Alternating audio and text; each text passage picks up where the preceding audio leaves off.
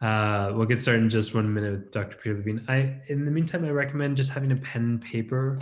I know Dr. Levine will show some videos. We'll have some Q&A time to talk about the theme of this masterclass, which will be on global trauma, individual and collective aspects of trauma, which is a really juicy subject right now, especially in the world. So thank you so much, Dr. Peter Levine. As always, it's such a pleasure to spend time with you.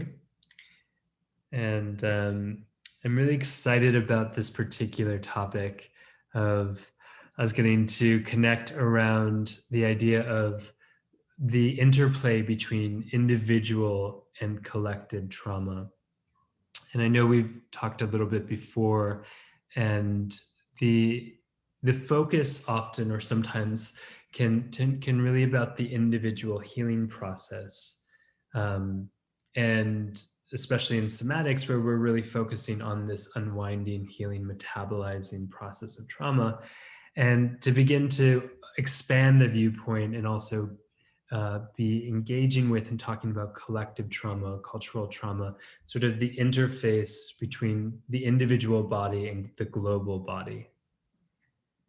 And so, yeah, is it cool to start with a question and we can go from there? Or why not? So I'd love to hear even your personal exploration or your personal journey in examining or exploring this interface between the individual and collective process of trauma. Okay, fair enough. Let me just give a little bit of a intro, and then I'll try to go there. You know, we tend to believe the delusion that we ultimately determine our destinies, that we are the captains of our own ships.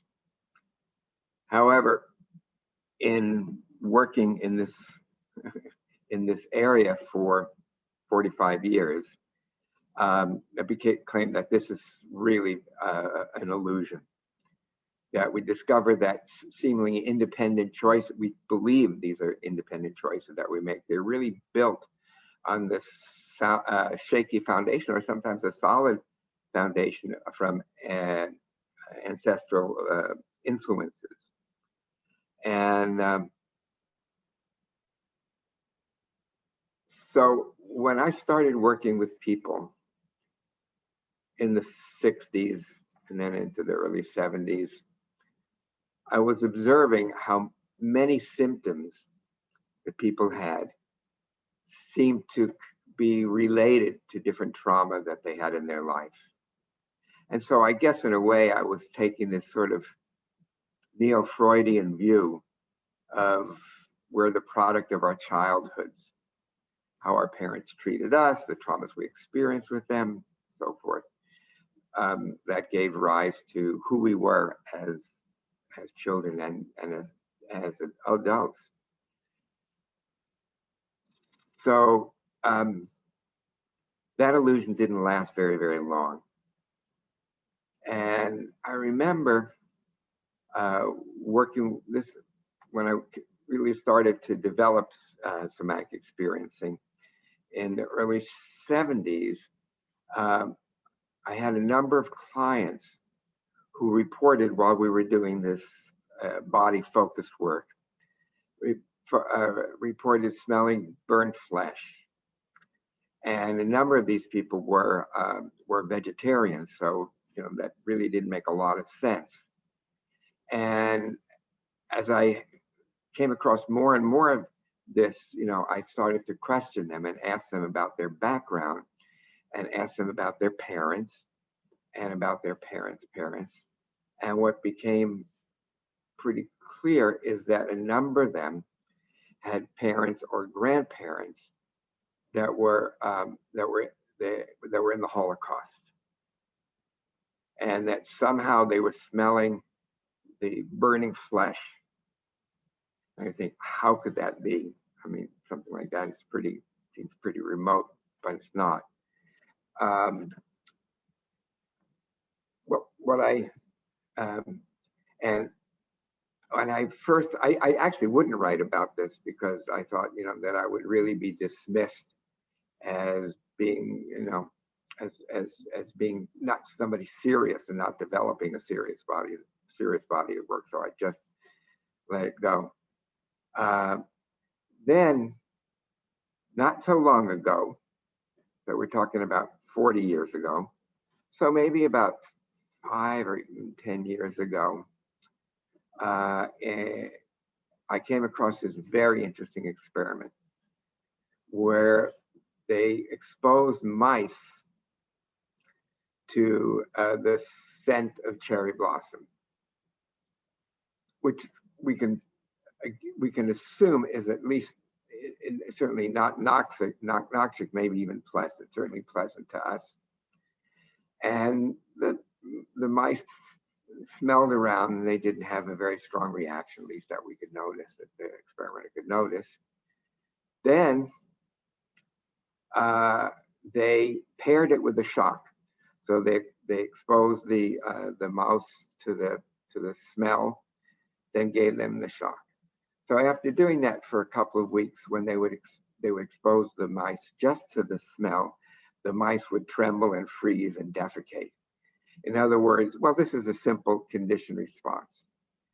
No big deal. You wouldn't really expect anything different, except that this research team bred these mice for 5 generations.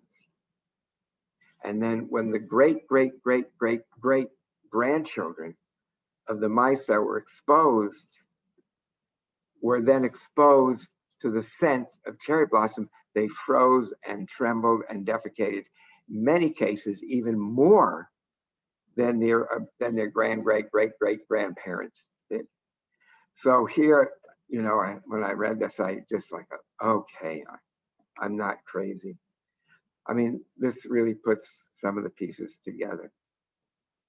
So, okay, so around this time, and this is sort of a little bit of a secret story, I was trying to understand how to work. Oh, let me say one more thing about this.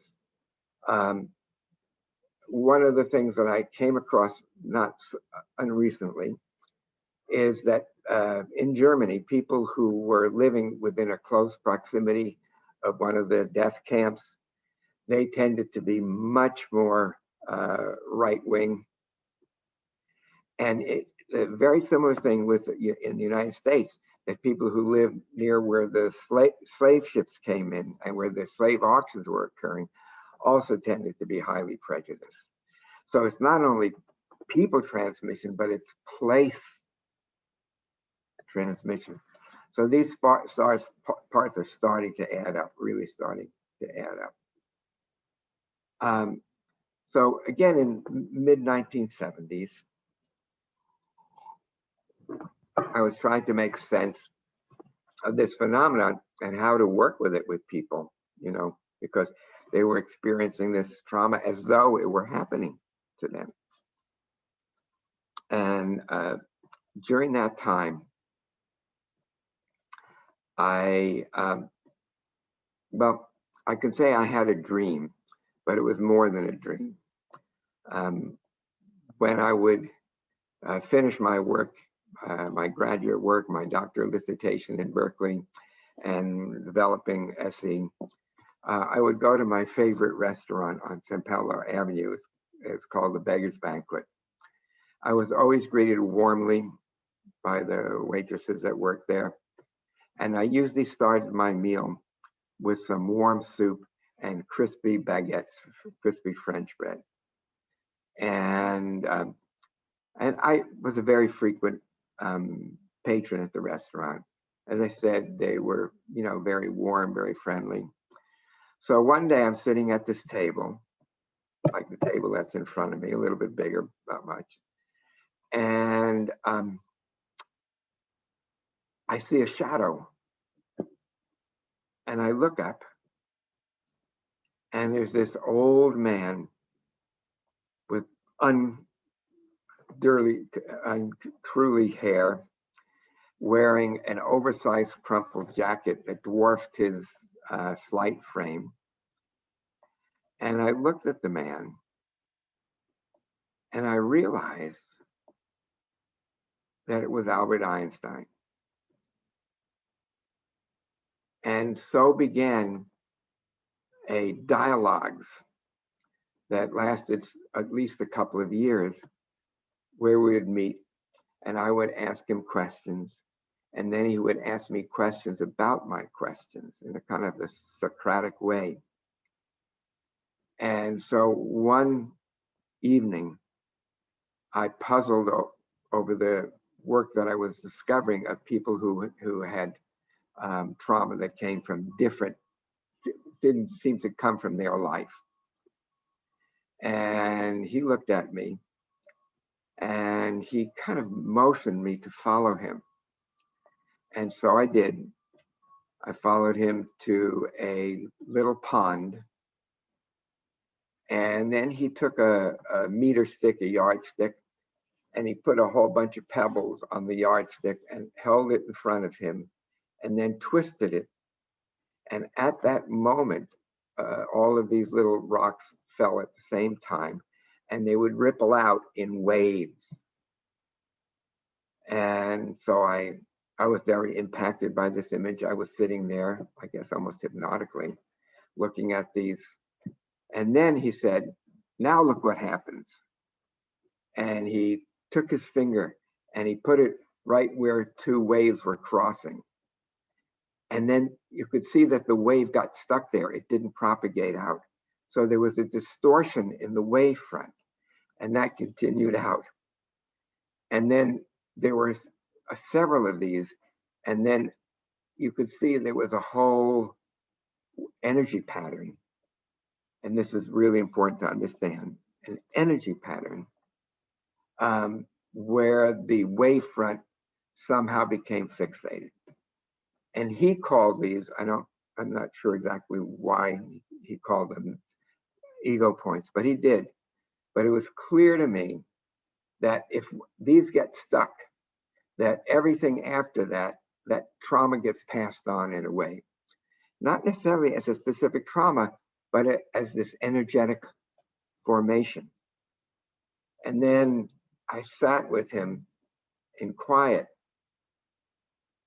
And then I said, "Oh, Professor, then what I have to do is find a few of these stuck places.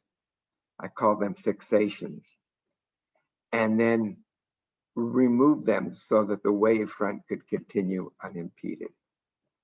And that really, to answer your question, Scott, that was really the beginning of understanding the nature and how to work with these generational and cultural influences, that we had to find some place and just unhook where it got stuck so that it could continue to move forward.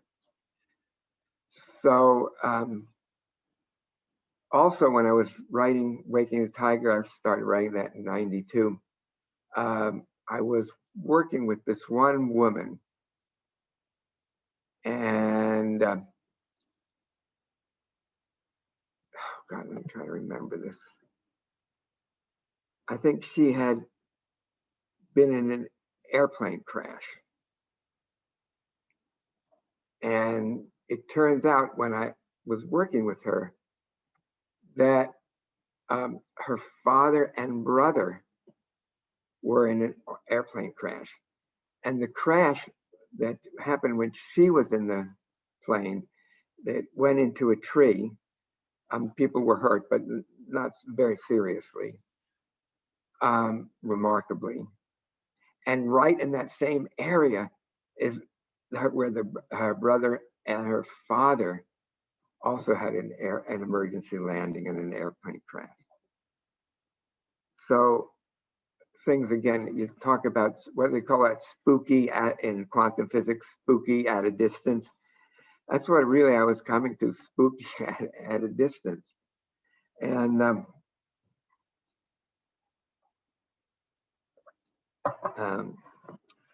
next, I around I forget, 96 or 97, there was a really big airplane crash, United Flight 232. It was a DC-10, and the rear engine exploded, and it broke all the hydraulic lines, so there was no control over the plane. And so they tried to control it by going up on one engine and down on the other and back and forth. And they made an emergency landing in this small airport in Sioux City, Iowa. And when the plane hit, the fuselage broke apart and there were explosions, fireballs. Okay, so now, interesting two airplane stories. Now, I was working with one woman, Katie, who was on that flight and was experiencing, a lot, basically post-traumatic stress from the crash. And when we're working in somatic experiencing, we don't go into the trauma. We go usually into a counter force of the trauma and then touch into the trauma. So I was doing that, and then she felt herself sitting in the cornfield with the sun on her back. By the way, if you want to see this, this crash was mediumized in a movie called Fearless. I really highly recommend it. It's by Peter Weir. I had a chance to really spend time with him in Malibu, and we had a really interesting talk. Okay, so anyhow, I'm working with her, and then it goes from being in the cornfield, that's right where the plane crashed, and then she's upside down in the plane. There's a woman next to her who's almost certainly dead. And so she opens the seatbelt, and because the fuselage is upside down, she lets herself down to the ground, and she looks around and everything is black. But she sees one pinhole of light way at that far distance. And she hears the words, "Katie, go to the light." And then in the session, she feels herself crawling over twisted metal, the smells of the smoke, getting to that opening, just barely able to squeeze through it, and then to the cornfield. So it turns out, after the session, she remembered that both her father and her grandfather had been in airplane crashes. And that they both had escaped by seeing a light and moving towards that light. So again, when I was thinking about the people, who had relatives, great relatives that were in the Holocaust, and how that trauma gets passed on, even having to do with very biological things like smells.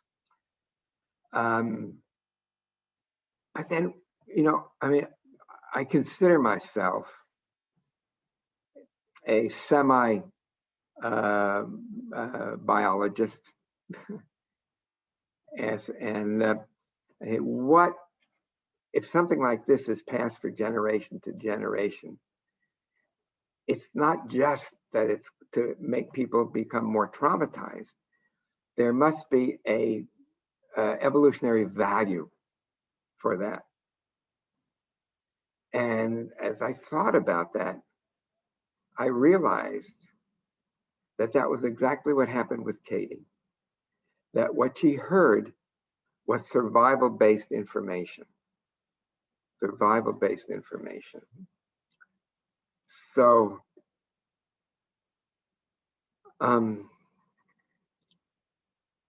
So again, how these things get passed down and how they can be very profoundly impactful on our growth and on our experiences. So I'm going to do, rather than keep on chat, I'm going to show you some video material to demonstrate some of these phenomena. And then we'll talk more specifically, hopefully we have plenty of time, about how trauma becomes collective, how when there's a war in one region, that same war tends to replay and replay and replay. That's one of the reasons that World War I was not the war to end all wars, because, well, we'll get into that. So I'm going to just show you probably about 12 minutes, I think, about work I did at a seminar or workshop I did at the Esalen Institute in Big Sur. And it was during this incredible storm. So the recording wasn't so good because the electricity was out most of the part of the time. And so I'm working with a young woman and a young man. She's a Navajo, and he's from the Crow Nation. By the way, he's also now an SE practitioner. So let me go here. I think I have this close to being ready to go.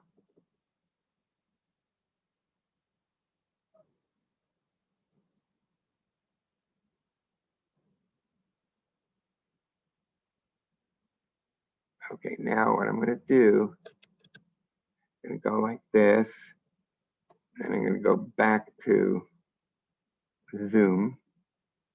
Then I'm going to do share screen, share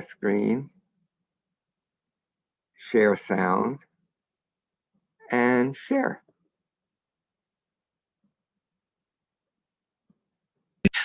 Do you speak sometimes in your native language now?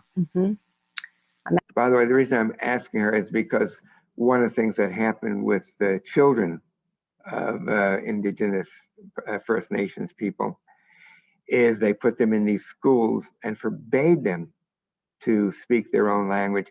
And if they tried to do that, they were punished. They were sometimes even made to eat a bar of soap to wash the words out of their mouths.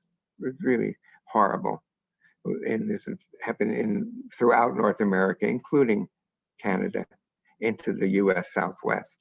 Actually, this past year, I took my kids out of school and starting a language immersion program. Oh, wow. On our own. So you're organizing that. And, wow. To reclaim the education, the type of education I want to teach my children, and through the language. Oh, wow. When you say that, I just feel so moved. Yeah, it's pretty, it's beautiful. Oh, gosh, yeah. And I think that's, it's, you know, it's healing. Uh-huh. It's when you speak it, when you're around it, and when you live it.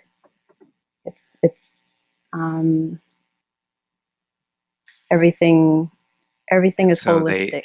They installed different Navajo young men with the different regimens, and they would make the communication between them just in their language. That was in World War II. They were known as the Code Talkers. There's a movie about it. Good movie.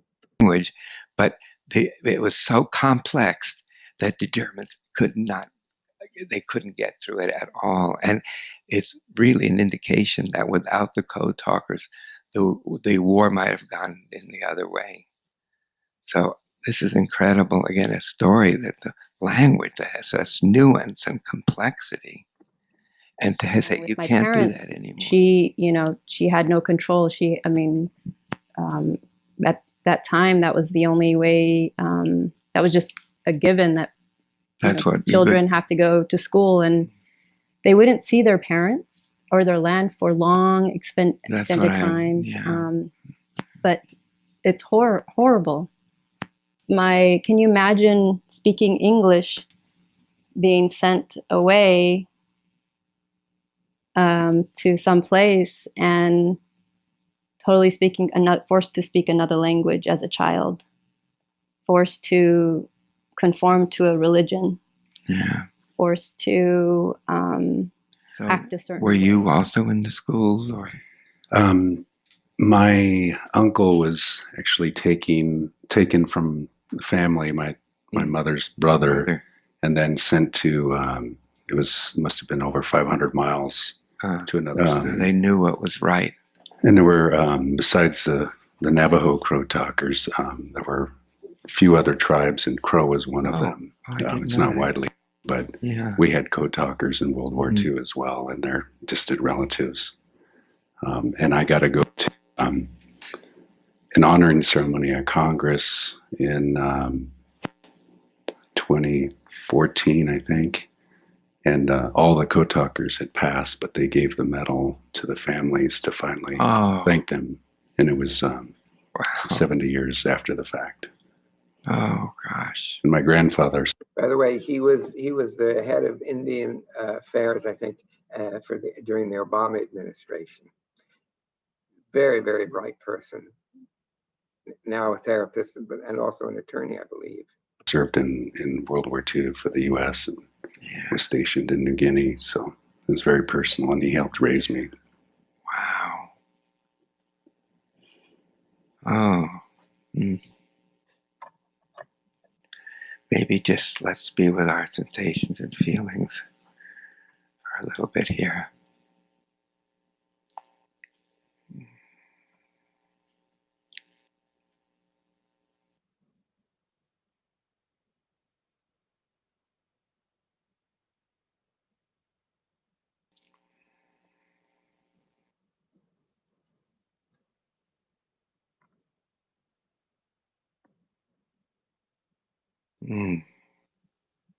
What a blessing that you had this parents and grandparents that gave you this gift, protected you both. I have an idea. Again, if it doesn't feel right in any way, let me know.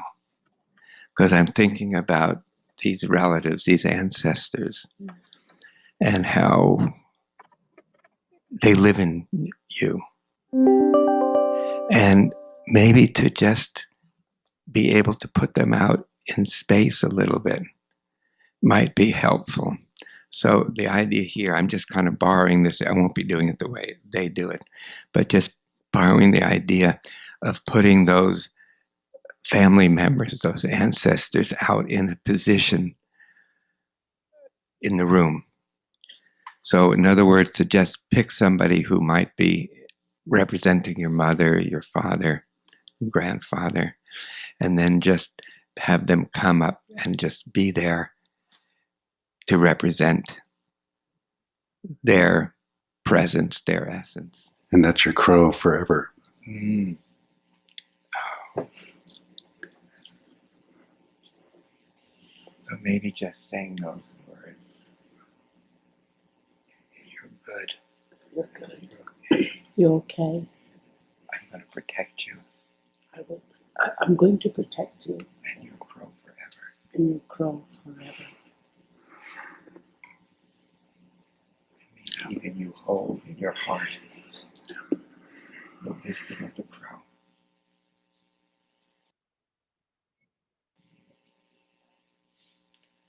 Sorry. I do hold the wisdom of the crow in my heart. Yeah. I don't know any other way to be. Yeah.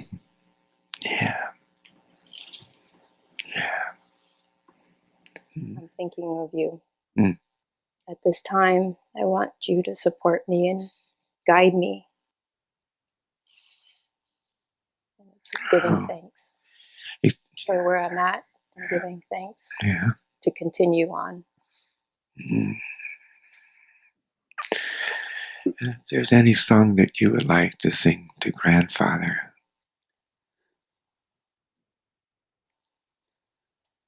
It's more of a chant. A chant. a chant in the ceremony. Yeah.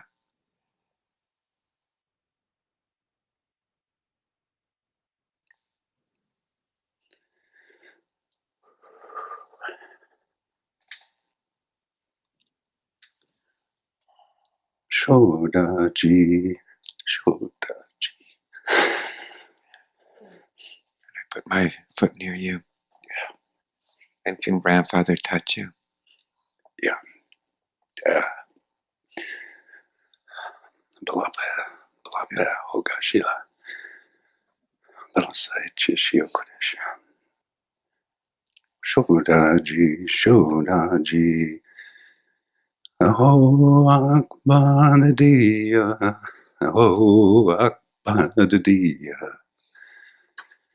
Newa Beitchish, Newa Beitchish. Belasaichish, Belasaichish, hey, yo, hey, yo, hey. Delasaichish, Delasaichish, Delasaichish, Hogajila, hey, yo, hey, yo, hey. Be absolute, be absolute. Babum Saba Gondila Shane Wabech Leishjai Wishchik Hoga Jila Hoga Jila Hoga Jila Chlakshish Yokodesh Babetchish Achbaitchish Kodajan Eya Eya Eya.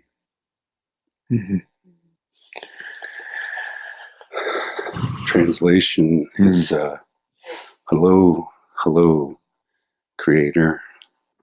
Listen to me today. Thank you so much for being here. My heart is singing, and I know your heart is singing. And it's good. It's a good day today. It's a good morning. It's a good afternoon. And it's a good evening. Thank you for listening.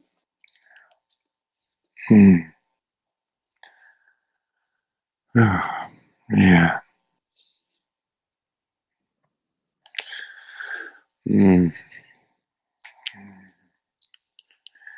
Thank you both for sharing from your heart this great wisdom. Yeah. I don't want you to do it unless it's something that you feel okay with. Yeah, I'm okay. Okay. Okay. Okay, so. Yes, thank you.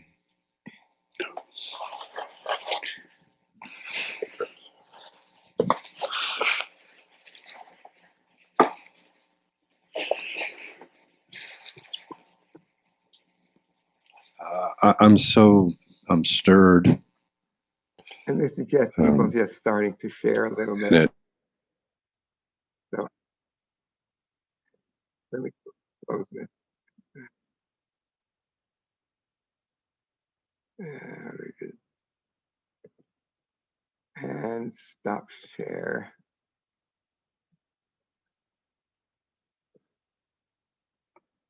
Okay.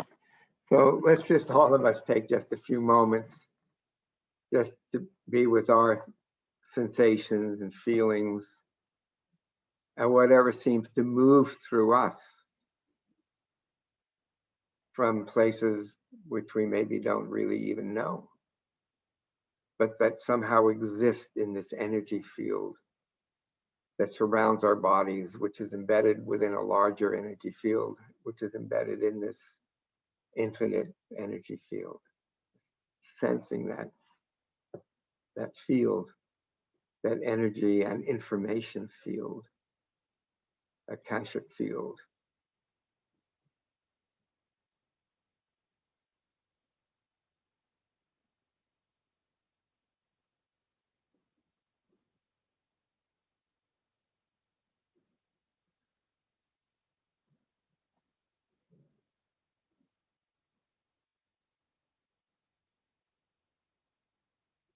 Yeah.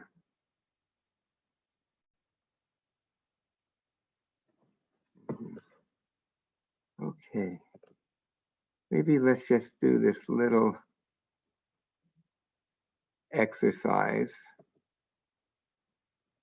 of taking an easy full breath and making the sound voo on the exhalation. And then just letting the sound and the breath go all the way out. And then allow a new breath to come in, filling belly and chest.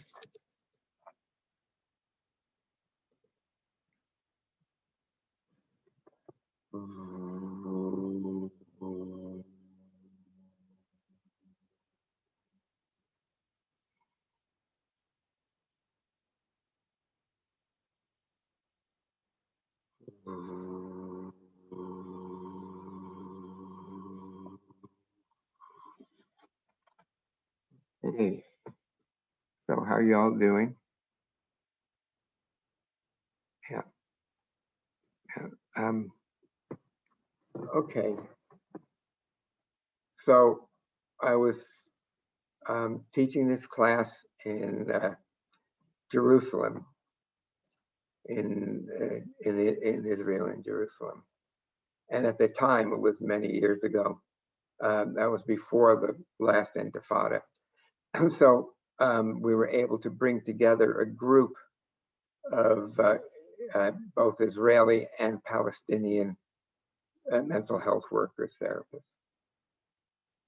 And I remember working with this one man, Chaim, and he's no longer alive, and he doesn't mind me telling the story.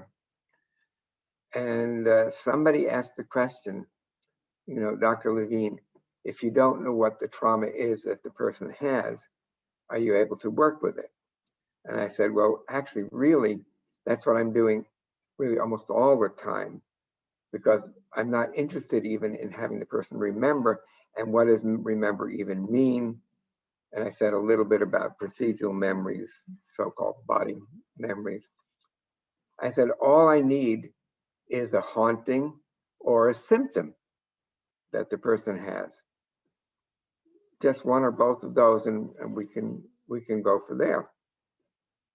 So he, Chaim raised his hand, and he said that his back, he'd been having back problems for 30 years. And I said, does it seem really like that precise? He said, well, I don't know for sure, but it was around that. And so I'm having him track bodily sensations, and the pain gets more acute. And I suggest for him to just see if he can find some sensations, the tension that's underneath the pain. And he's, yes, I can feel the tension in my lower back. It's really, really strong. And I said, is it even on both sides, or is it stronger on one side? That it's more on my right. And I said, okay, if that tension would increase even more, what would your body begin to do? And he says, I can feel my body wanting to twist. And now I feel like I'm going to fall backwards. I'm going to faint. So I put my hand behind his head to support his head, and then he starts shivering and shaking, and sweat is literally in puddles in front of him. And this went on for a good 30, 40 minutes. And I don't remember if he even said at the time what had happened, what his body was replaying, was that he was an army doctor, and they were going somewhere in a convoy, and they were ambushed, and they were all killed except him, because he fell backwards off the truck, backwards into a ditch. But anyhow, just non-verbally, checking with the group of how they were doing, what they were experiencing, what they were noticing in their own bodies. And the second or third person that got up was this elegant woman. I remember wearing kind of a three-piece gray suit. She was Palestinian from Gaza Mental Health. And she stood up and she said, Chaim,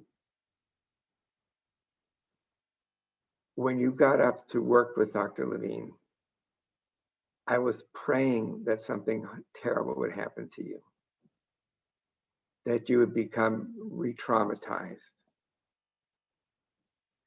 Because what you did to my people, you've killed them, you've tortured them, you've humiliated them, you've terrified them. And I wanted only something bad to happen to you so you would know how it feels. But something happened and I can't explain it.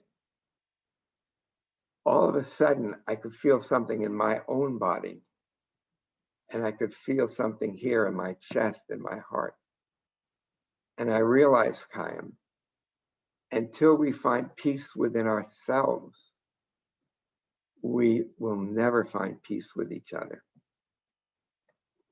And that's when I got, yes, this is really where we have to go to work with collective trauma. Because it goes so deep, so deep. But we really need to work with people from those different previously warring or hostile factions. So then, I had, what I had learned from Professor Einstein, but I realized that in many cases, it would take at least one generation, maybe more, maybe 5 generations to turn something like this around. And I started to really think a lot, and I had a student, and she had a school in Bergen, Norway. I mean, there was somebody here, I think, from Norway, right? Maybe you know her, Elbjorg Veda. Anyhow, she has a school called the Pinocchio School. And so I said, we really need to find some way so that this doesn't get passed on again from another generation and another generation and another generation. So we had the following idea and we played with it. And this is kind of what we came up with. I'm gonna have to, whoa, share screen. Here we go. Share sound.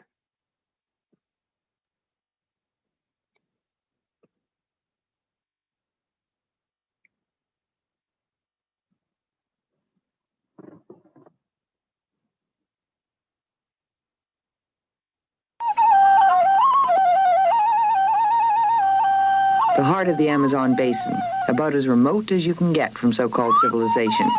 But science is turning more and more to this kind of jungle to find out why our kind of jungle is becoming more violent. Anthropologists have defined this, the Bora tribe, as a non-violent society. They live communally, under one big roof. Nobody's wealthy, they're not very religious. The children share in the responsibilities, but no adult gets harsh with them if they get out of line. From the moment of birth right through adolescence, they get nothing but the strongest physical affection. It's this contact, the nursing, the touching, the cuddling. And this is what you see is missing when you have warring factions. It may be the key to the nonviolent society, not the fact that they're far removed from the horrors of civilization.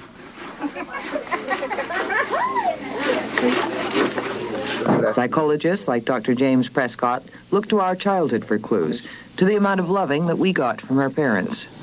And what I found was that the cultures which provided high infant physical affection were very low in physical violence as adults.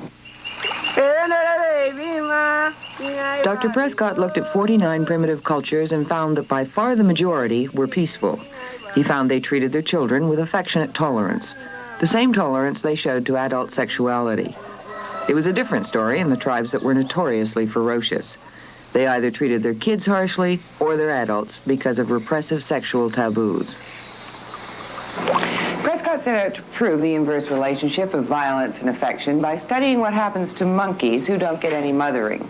He already knew that an orphan monkey would cling to any furry substitute that reminded him of mom. But he was interested in something else that he observed in primitive societies: the amount of movement that went with mothering. In the jungle, the two were almost synonymous. Monkeys, too, needed a mother to swing with, even if it's a surrogate. Prescott's colleagues gave one monkey a substitute mother that moved.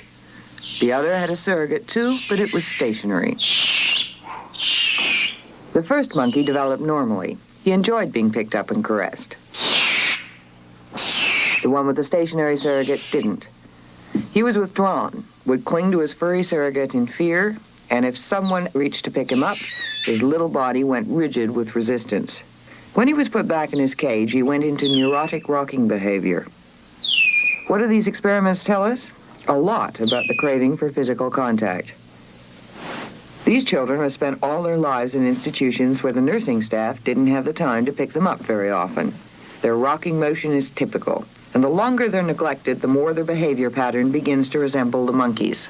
The monkeys tell us more about the severe effects of infant deprivation. The ones that were reared in isolation just don't behave normally when they're finally given a playmate. They rarely touch, and when they do, the contact's surprisingly vicious. These are the monkeys raised as infants with stationary surrogate mothers. Does sensory deprivation affect the brain as well? This is the cerebellum cortex of a monkey brain, the part that registers both movement and touch. Prescott and his colleagues cut away a small layer of cells, the ones they thought hadn't developed. When they'd finished, the monkey began to behave normally. Its aggressive behavior stopped. The experiment was designed to prove that the brain's changed by deprivation of sensory stimulus. It wasn't an operation to cure violence. Can we apply this to humans? But there are simple things that we can begin to do to deal with the roots of stress and violence. And again, you can imagine doing this with the children, parents, and then the children from different previously warring entities.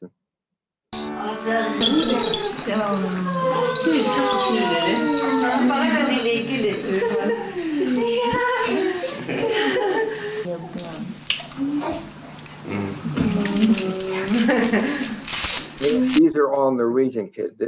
We're just doing this to kind of like as proof of concept or to illustrate the possibility.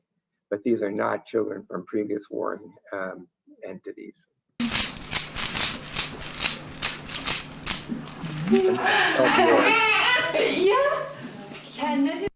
The session begins by greeting each baby individually.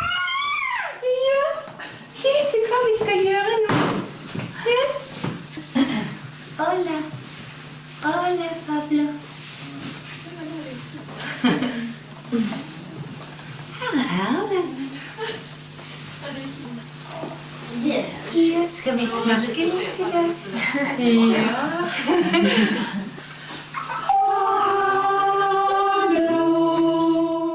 And singing his or her name.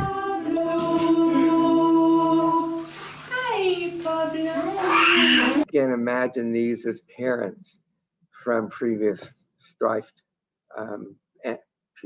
peoples.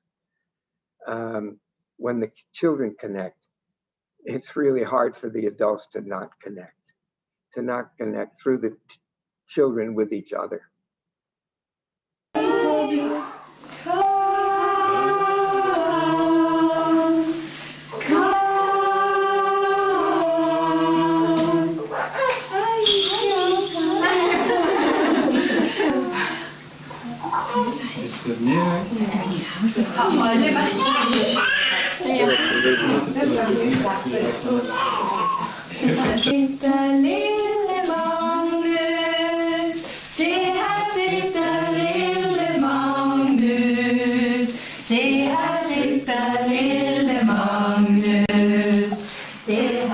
The after effects of stress and trauma leave children both activated and unresponsive. These babies are beginning to orient and explore in a safe and inviting world.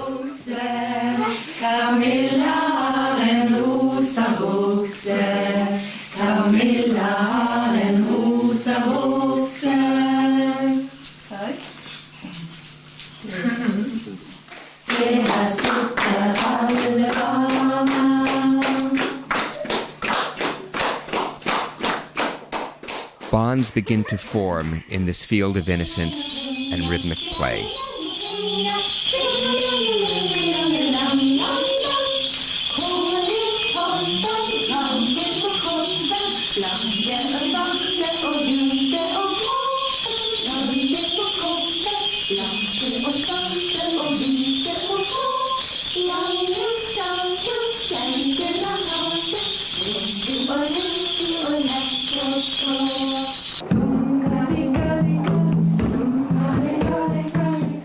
In this project, we would be involving mothers from areas of large-scale disaster, violence, and regions of war and political upheaval. The participants would teach each other the simple rhythms, steps, and songs of their ethnic heritage. The combination of sensory and tactile channels, including rhythmical vestibular stimulation, promotes peaceful, alive feelings.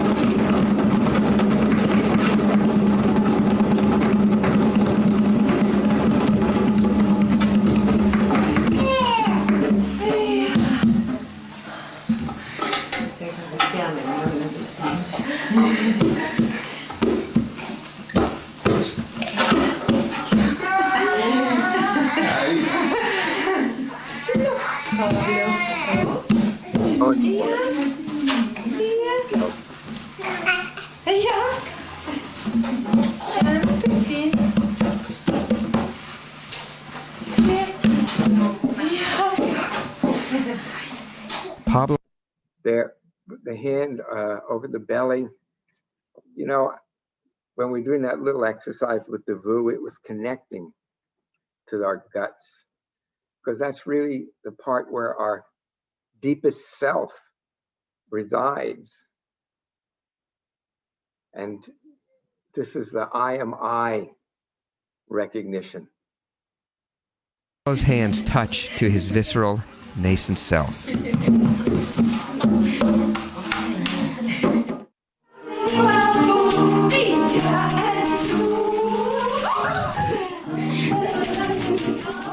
Building the capacity for more excitement.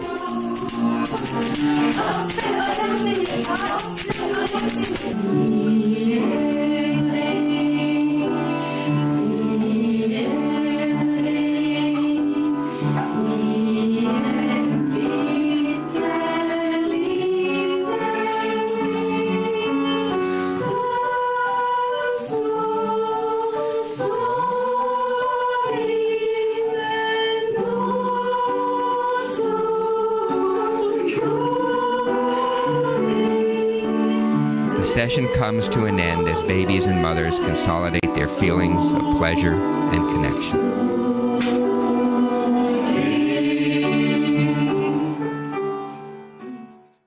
Okay. Pinocchio School of Music and Drama in Bergen. You know, I'm just thinking, Scott, maybe we should take a few moments for questions. Yeah. Sure. Questions or comments. Yeah, I'll start as I'm reading through a couple more. maybe we can go back to a comment you made earlier about how both people and places transmit or are help or in the process of transmitting. And I was thinking about when we were talking about places in particular, how places can transmit the experience or the trauma, and how then those who are interacting with the place transform the places, and how it, I'm just wondering if we can talk about sort of the cycle of that between place and people or in the environment shaping each other through the trauma. Right. Well, that it happens itself is somewhat remarkable, I guess. I think this would really take a commitment from the people who were residing in those areas to begin to explore what happened there. And I don't think that it's in the United States, people are ready to do that. I think in Germany, I think they have done things like that. I know some of my friends, some of my colleagues have been involved in this kind of project. But place is so important, it really is, and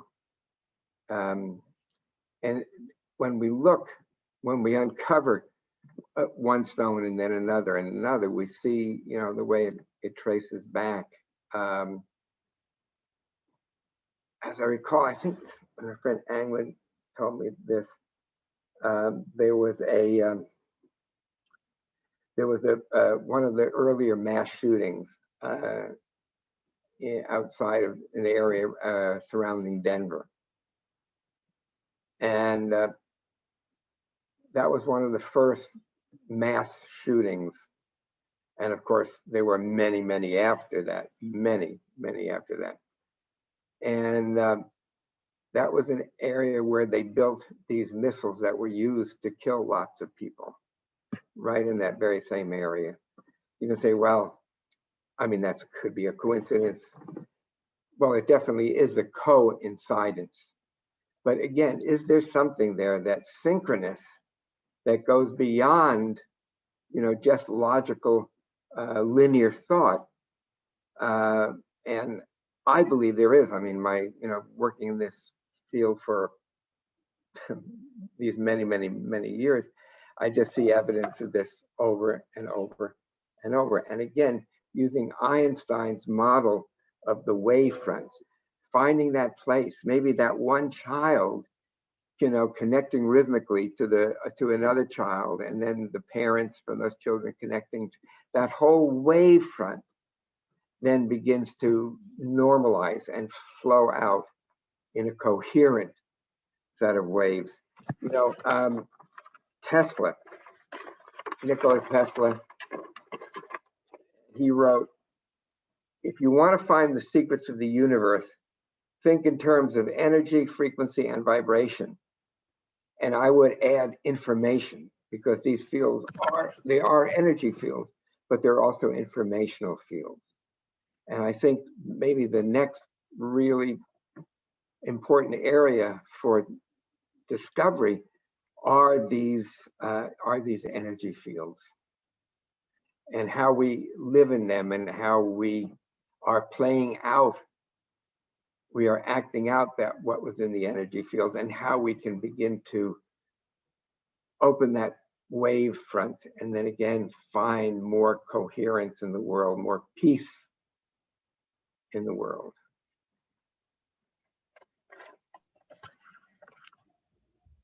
So if I'm hearing you right, Peter, the sort of interruption of that fixation, or even the beginning of dissolving that fixation on a collective level, can really begin with these on an individual level that ripples out. Yeah, that's right. It's like the collective and the individual, they're really not separate entities. Yeah. We used to think that, that we were separate individuals, and that babies were kind of, our DNA being played out. And then I think the work of Daniel Stern and Barry Brazelton and Dan Siegel really showed us that our nervous systems are made to participate in the nervous systems of others and the bodies of others. And so we're not individual. We're embedded in this dyadic field, but this dyadic field is embedded in the larger energy field and in this infinite energy field. And that's an area that I'm exploring a little more deeply in I'm writing a book now, it's called An Autobiography of Trauma. To really go deeper with these, to explore this and to see where it might be possible to change these trauma patterns that have existed for generations between different peoples, and again, even in different places. Thank you. I think we've talked a little bit, because in my research, I look at activation contagion. So the contagiousness of an arousal response as being one of the most contagious of states. And so, and there's so much to say about, I mean, they use the contagious as a very, data-driven. Well, I mean, again, that's a biological necessity. Yeah.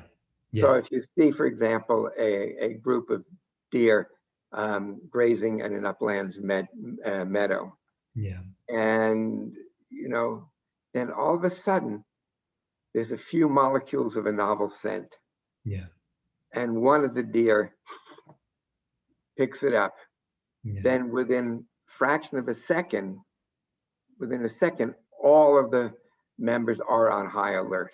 Yeah. And then when the mountain lion springs, they're ready for the escape. Yeah.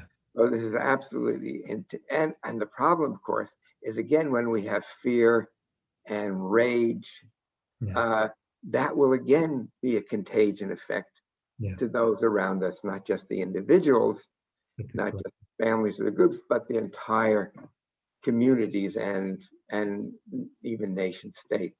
Yeah.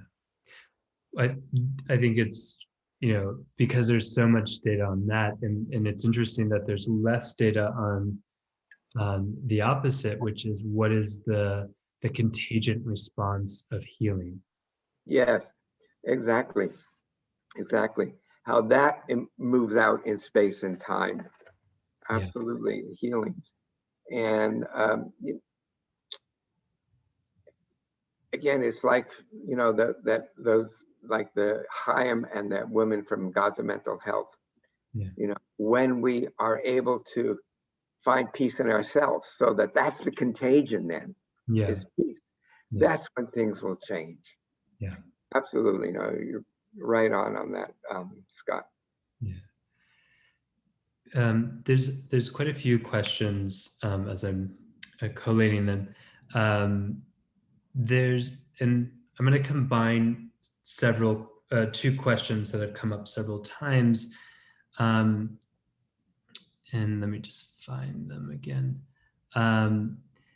That what happens when you said the United States might not be ready. And there's several major pervasive traumas that are continuing. We saw them, the other night again. So the racial trauma erupting, and also the gun violence, the mass shootings, and there's this question about collective pervasive trauma, and I'm wondering if you could speak more towards that as well in these. Well, in one sense, I mean, I feel some relief that these things are a little bit more out in the open. Not that they're happening, but that people throughout the country, not just throughout the country, throughout the world, we're recognizing, like in Europe, recognizing the effect of colonialism, for example, and slavery in the United States. These are things that are quite current. And again, we have to get at these, I think, in many levels. You know, there are people that have so much suppressed rage in themselves that they're just going to create havoc, like with this man, Floyd. I mean, with this, you could see the sadism that was involved with that. No question, sadism. But then again, other people need to have much better training. I mean, I certainly can, in some ways, empathize with police who are potentially coming to danger, you know, at any time, but they're not trained enough. This last episode, this is a thing where, again, it seems, I don't know what the investigation hasn't happened yet, but it seems like one of the policemen, a woman actually, a policewoman, shot this man, and thinking that she had a taser, which is something just to stun the person, but it was actually her gun. So people need to be to know and to be trained enough. And also the guns themselves are poorly designed. They should feel absolutely different in the person's hands. So again, I'm thinking about things that can be done, but then we have to really come to grips with the racism and the place, because the place where there was slavery was over most of our country. And we need to have rituals, and we need to, again, to have these things acknowledged and to make some kind of reparations. I'm not sure exactly what that would be, but I think it's important bringing people together to start to heal some of these wounds. I had the idea at one time, I just didn't have the opportunity to follow it up, to do a group of people and really explore together in the group the legacy of each of these people. So for example, Jewish people whose parents and grandparents were in the Holocaust, Black people whose parents, grandparents were the effect of Jim Crow and slavery itself. I mean, I think we could really make some changes. I've talked with, oh God, what is his name? He's an SE student. Yeah. Doing really good work with this, and working very actively behind the scenes in Minnesota right now as these things are unfolding. But I think we really, again, have to come to grips with place. And the place is the entire nation. Thank you. Okay. Do you want yeah, sorry, what would be helpful? I'll take another one then. I just want to leave a little time for one more short video. Sure. And I just want to say thank you to everyone who wrote questions. There's quite a few of them. And if I don't get to your questions, I just want to acknowledge you and the energy put into your question.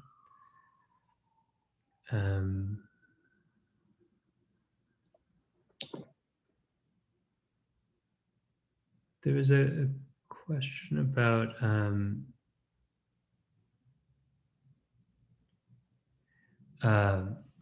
collective fear and sort of where that is in relationship to collective trauma. Yes, collective fear. Well, we're experiencing that right now, big time. You know, any person that we might meet on the street could be holding a death vector, you know, and things have gone from complacency and denial to hysteria, and the fear really gets perpetuated. And one of the things about an infection, if an infectious agent, a virus, is that evolutionarily, we're not really prepared for that. We're prepared when we sense danger, threat, to respond with fleeing or fighting. We're not prepared to run away from something that's lodged inside of us, Well, actually, the way we deal with that is by shutting down. So, so our whole organism is put on a low energy. In other words, when you're sick, you don't go and fight the flu that you have. If you're smart, you listen to your body and you get into bed and you rest for a day or two and you drink fluids and you don't go running around. But anyhow, when we have this inner agent and the fear of that agent, I've been working with a number of people now who have post-COVID long haul symptoms. And these are people who have never recovered from after having the virus, the infection, the COVID infection. And in almost all of them, fear is coupled in with these internal states of shutdown. And so with a number of these people, when we've worked to uncouple the fear from the shutdown, their energy comes back. They come back into aliveness again. And I'm hoping somehow to get a grant to at least study this as a pilot study, because again, these are people, not with COVID, but these are people that I've worked with for 40 years. These are people who present with chronic fatigue, irritable bowel, chronic fatigue, irritable bowel, fibromyalgia. And often this occurs after an infection, a virus infection. Very, very frequently. So again, I see fear coupling to those states really keeps them lodged in the nervous system and in the body, and then the body and the mind. So fear is a killer. In the life of Pi, what does Pi say? Something like, fear is this killer. It outwits us. No matter what we do, it's nipping at our heels. And that is the nature of fear and contagion. And again, we're seeing it here. There's a really wonderful poem that I'll read at the end that gives, I think, a balanced appreciation of what we're experiencing. So what I'm going to do is just going to show another short, do I have it? Yes, I did.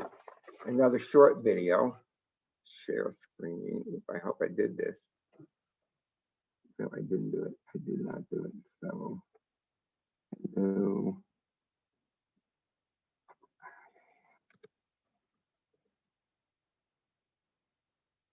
This is working with children from the inner city. A lot of violence, a lot of fear. Also working with my friend Elbjorg on this. We worked for 2 weeks to develop this protocol, and then we did it in an inner city, in Long Beach inner city school. I have to go back to here, and to share screen. And here we go.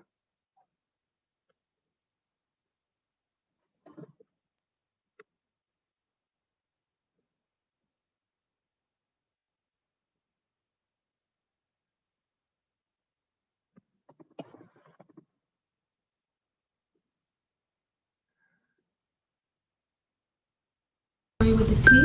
Is it Tori? Ooh, it's Tori with a T. Tori.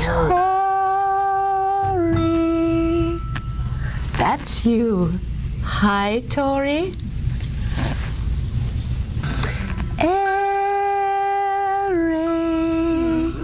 I remember you saw that rocking movement before. He's a kid, I think he certainly has autistic tendency. Cuckoo. There you are. Hi. What's your name? Swader. Swader. Would all of you sing her name? We start. Swader.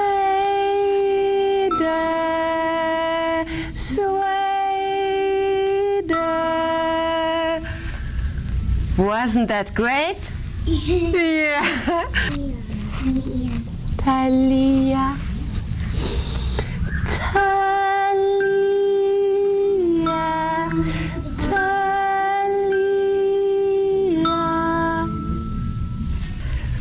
Roll, roll, roll the ball over to Tommy. Thank you. Roll, roll, roll the ball over to Victoria. Roll, roll, roll the ball over to Valerie. Roll, roll, roll the ball over to Eric. So again, you introducing rhythm into so many of these kids. You see they're really, really shut down. Roll, roll, roll the ball over to Edward. Edward! Roll, roll, roll the ball over to Darren and over to Eric. Roll, roll, roll the ball over to Edward. And now I think everybody got it.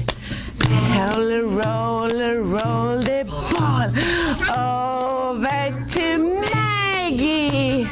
And you see there, before he was so uncoordinated, he wasn't able to do something like that. Then just engaging in this way, now he was able to do that rhythmic clapping. Very simple intervention. Roll, roll the ball over to Slater is here today. And what was next? I think we are going to march a little, to walk around. Yes, that's it. Yeah, good.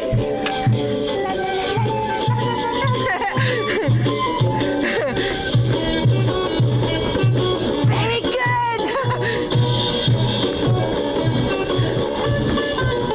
And swing your arms. Yeah. Very good.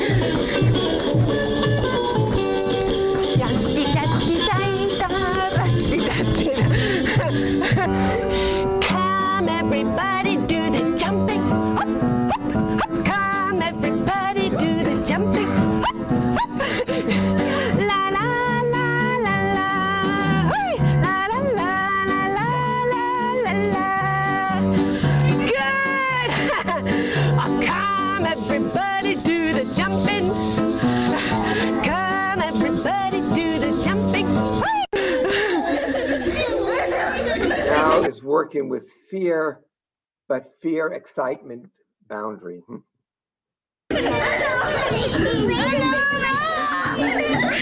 Scared, but then also excited.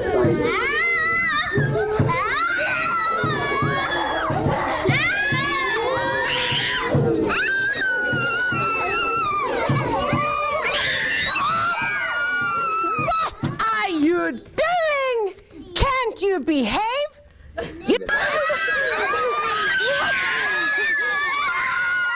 He's not doing it again. Oh, he's very glad now. Yes, now you have to behave. You have to behave. So now they're going into a quiescent, to a quieting, to a settling. So they go to the high arousal and then now to settling. Remember what you promised me. Oh, no. And you will be kind to him, won't you? Oh, God. Okay. I'm not touching him. All the crocodiles were sleeping at the floor. Were sleeping at the floor. So can they feel safety? Can they feel trust? Stephanie and I was out walking. And you were walking too? Da-dum, da-dum, da-dum, da-dum, da-dum, da-da-da-da-da, da-dum, da-dum, da-dum, da-dum, da-dum, da-dum, da-da-da-da-dum, da-da, oh, da-da, da-da, oi!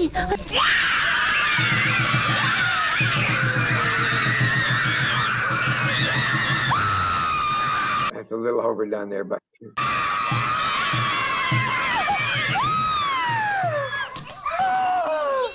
Oh, then we have to rest a little. Oh, I just have to, let's rest a little. Were you afraid when you were lying on the floor and all of us were walking over you? Were you afraid? No? I was afraid. Were you afraid? I wasn't afraid. You wasn't afraid? Were you afraid? I wasn't. Can I touch you? What did I do with that? Yes, we'll play with that. Come under. Whee!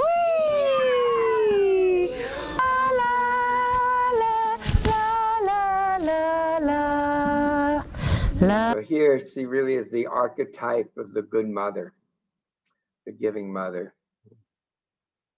La la la la la la la la la la la la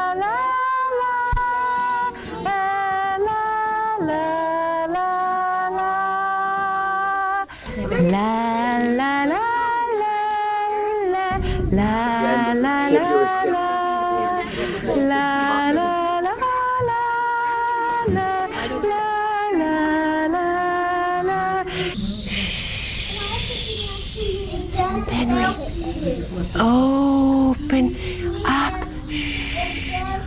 And here is all of sky. Look how beautiful she is. Oh, how beautiful she is. And how wonderful she moves. Here. La la la la. That's good. Here is Edward.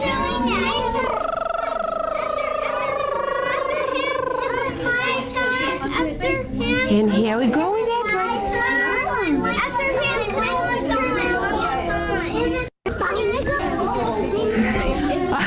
Look how beautiful. Look how beautiful. Did you just run away? Did you just run away? Huh? Didn't you want to hear how beautiful you are? Huh? You are wonderful. So we just close our eyes. And I'm working with them with an image of coming to the water. It was a very warm, beautiful day. It was January day, but it was about 85 degrees. And so I'm having them imagine coming to the beach, going into the water, feeling the water, swimming in the water, and then finding below the water a treasure chest and bringing the treasure back. And then they open it, and there's something in that treasure box that's just for them and only for them. So again, I really believe that when in order to change societies, that we have to really start thinking about, well, of course, the energy waves, but of the children, and then of the adults connecting with the children. So I guess maybe I'll do a stop share again here, and I'll be open to one or two more questions, and then maybe I'll just finish it off here with this poem about fear.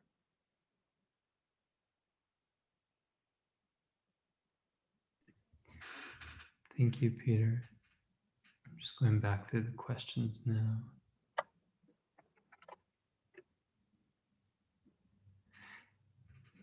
Yeah, there was a question from earlier too about do these same approaches work for children or babies as much as they do for adults, like this rewiring, this repatterning? I would say more. They work more for children.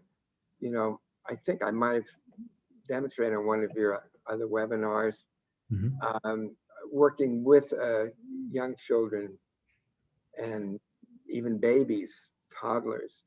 Yeah. I just realized over the past decade, I've been privileged to receive 4 Lifetime Achievement Awards. And 2 of them were for work with children and babies, children and infants. And I was at first quite embarrassed about that because I didn't think I knew anything about it.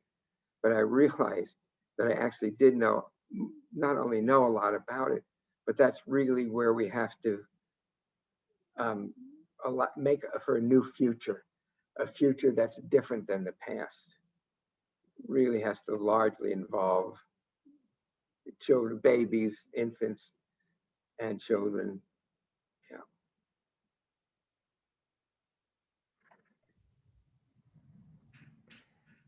Did you mention you wanted to read the poem? Sure. Again, this is, I think, a poem tremendously relevant today.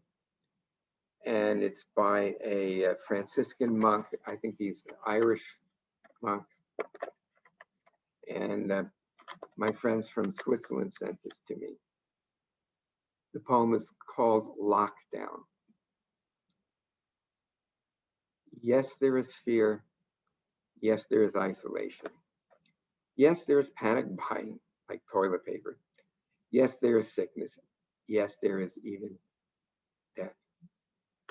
But they say that in Wuhan, after so many years of noise, you can hear the birds again.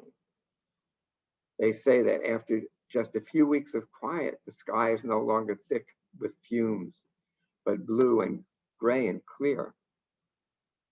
They say that in the streets of Assisi, people are singing to each other across the empty squares, keeping their windows open so that those who are alone may hear the sounds of family around them. You know, one of the things that really bugged me about talking about social distancing should be physical distancing with social connection. They say that a hotel in the west of Ireland is offering free meals and delivery to the household. Today, a young woman I know is busy spreading flyers with her number throughout the neighborhood so that the elders may have someone to call on. Today, churches, synagogues, mosques, and temples are preparing to welcome and shelter the homeless, the sick, the weary. All over the world, people are slowing down and reflecting, well, hopefully.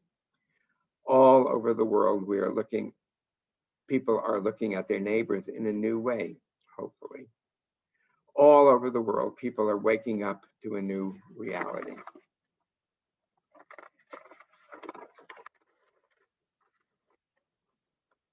And how big we really are, to how little control we really have, to what really matters, love. So we pray and we remember that, yes, there is fear, but there does not have to be hate. Yes, there is isolation, but there does not have to be loneliness. Yes, there is panic buying, but there does not have to be meanness. Yes, there is sickness, but that there does not have to be disease of the soul.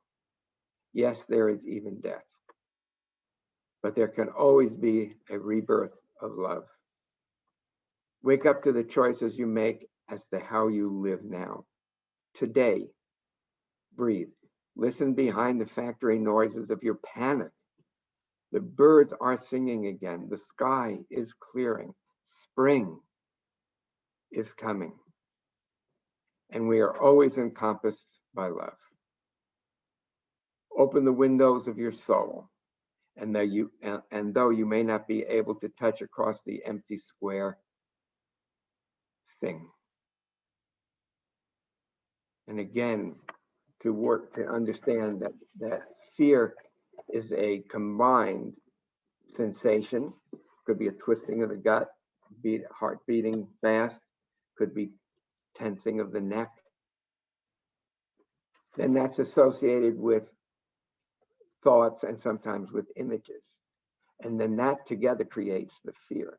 So when we're able to work with the sensation, as you saw in different ways, not just therapeutically, but in different ways, that you could see real shift, real transformation, really.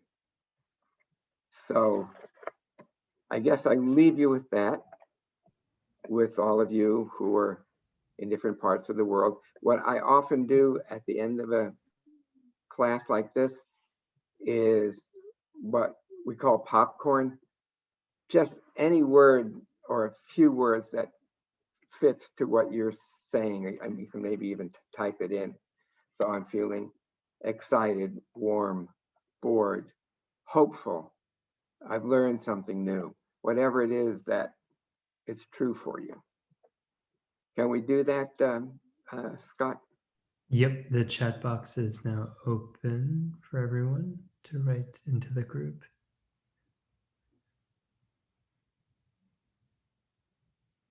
Inspired, grateful, breathe, release.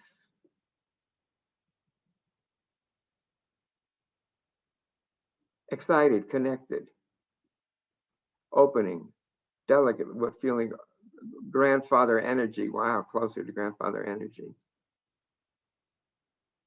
Curious, feeling more prepared and inspired for motherhood. Wow, alive. Courageous, moving forward. Energy field.